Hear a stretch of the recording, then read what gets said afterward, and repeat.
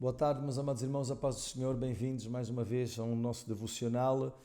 À medida que o tempo passa, as semanas vão avançando, mais próximos estamos do nosso regresso. Queríamos tranquilizar os irmãos, dizendo-vos que estamos a preparar tudo com o rigor necessário, sem deixarmos de lado aquilo que é a nossa função principal, está bem? Os irmãos irão saber muito em breve daquilo que serão as diretrizes que vamos dar aos irmãos, está bem? Não apenas para a sede, mas depois vamos ter o cuidado de o fazer para cada congregação também, ok? Muito bem, meus amados irmãos, queríamos propor que os irmãos orassem pelas famílias. Depois, para a leitura, queremos propor um texto paralelo ao de Isaías, que nos dá um quadro completo dos momentos vividos na altura, que é a 2 de Reis, do capítulo 18, verso 13, ao capítulo 20, verso 37, portanto abarca quase 2 capítulos, e lembrando aos amados irmãos que o nosso tema geral é a realidade espiritual supera a realidade material. E o subtema de hoje é falarmos sobre a ironia divina perante a arrogância humana. Estamos a falar do plano espiritual, o divino e o humano, o material ou o físico, enfim. Bom, amados irmãos, leitura Isaías 37, verso 29, que diz assim: por causa da tua raiva contra mim e porque a tua arrogância subiu até aos meus ouvidos, eis que porei o meu anzol no teu nariz e no teu freio, nos teus lábios, e te farei voltar pelo caminho por onde vieste. Até aqui a palavra do Senhor. Bom, esse texto está a falar de Deus, está a falar da arrogância, da potência que queria conquistar a terra de Judá, que era o rei da Síria.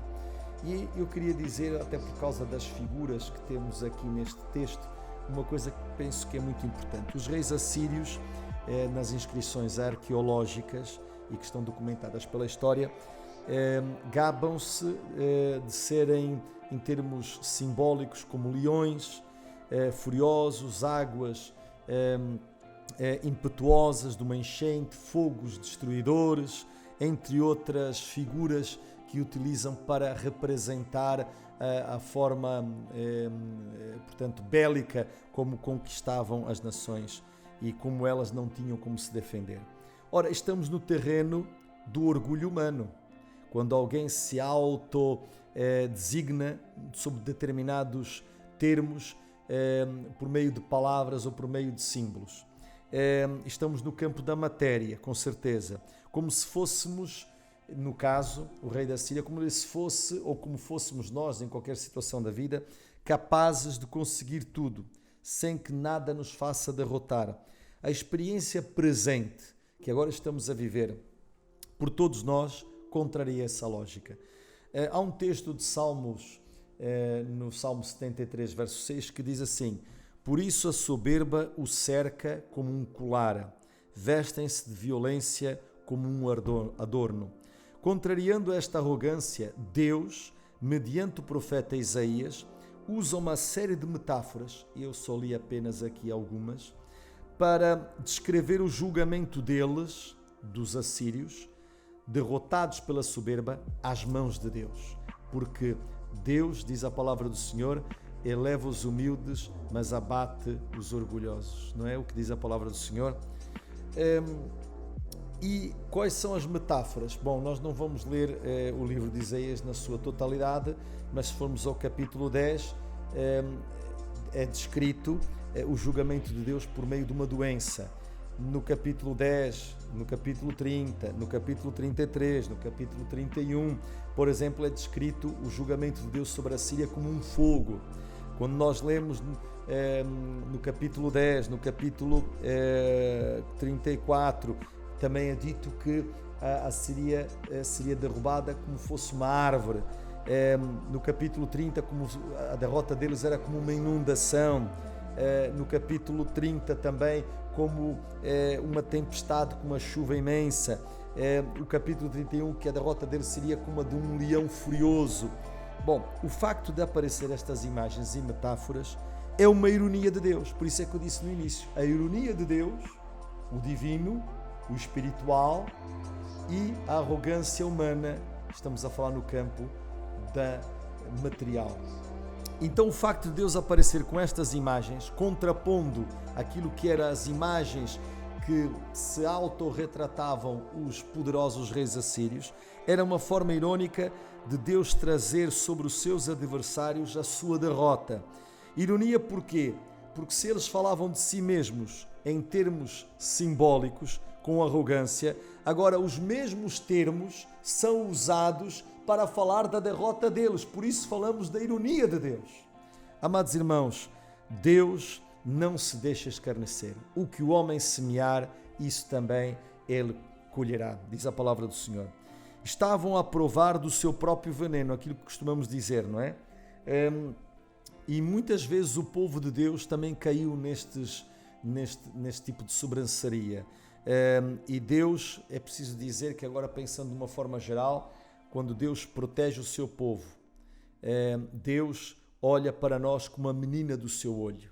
E quem tocar naquilo que é de Deus tem que fazer depois contas com ele. Era o que estava a acontecer com a Síria. É verdade que inicialmente Deus usou-os como um instrumento da sua ira sobre o seu povo, e por vezes Deus permite isto, mas eles não viram-se enquanto instrumentos de Deus, mas viram-se sim como instrumentos da sua própria idealização e da sua arrogância. E por isso Deus teve que lidar com a sua soberba mais tarde. Deus registra ao pormenor cada aspecto do mal que nos atinge e pode reverter esse mal em nosso proveito, utilizando o expediente, tal e qual como eu acabei de dizer, com o mesmo resultado, mas agora favorável a nós. Diz Isaías 2,12: porque o dia do Senhor dos Exércitos será contra todo o soberbo e altivo, e contra todo aquele que se exalta, para que seja abatido. Quero lembrar que no final dos tempos, no livro do Apocalipse, diz que choverá pedras do tamanho de um talento, e que perante essas calamidades, entre outras, as pessoas, em vez de se arrependerem, vão blasfemar de Deus. Isto é o quê? Isto é altivez e é orgulho. Mas que perante aquilo que nós vemos acontecer, nós possamos tirar as lições para estarmos mais perto de Deus. O livro de Provérbios, capítulo 16, verso 18, diz: a soberba precede a ruína. Ou seja, a soberba vem primeiro e a ruína vem depois. E a altivez do espírito precede a queda. Isaías vai proferir uma mensagem da parte do Senhor condenando a arrogância da Assíria, capítulo 37, versos 22 a 29. Desta forma, o Senhor abateria a sua altivez por um lado e mostraria a sua total soberania por outro. Ou seja, o espiritual prevalece, se sobrepõe ao material. Se os reis da Síria orgulhavam-se do seu poder, Deus demonstrou ser Senhor acima dos reis da sua época. E no Novo Testamento temos escrito: Ele é o Rei dos reis, Senhor dos senhores. Fica claro isto, não fica, amados irmãos? Estou a terminar. Não há nada no plano material e humano, até mesmo virológico, que possa superar Deus. Nem no plano virológico que estamos a ver, isso pode superar o poder de Deus. Luz e trevas, diz o Salmo 139, para Deus são a mesma coisa. Portanto, não há uma coisa que crie mais dificuldade do que outra para Ele. O que eu quero dizer é que, se a invasão de Judá criou dificuldade ao Senhor, essa dificuldade que vivemos agora, para Ele, não é virológica, não é maior do que outras que Ele enfrentou no passado, como a invasão de Judá. Porque Deus está acima de tudo e todos. Por isso, a ironia divina muitas vezes supera a arrogância humana e os problemas materiais que nós enfrentamos. Que Deus abençoe a todos, amados irmãos. Uma boa tarde.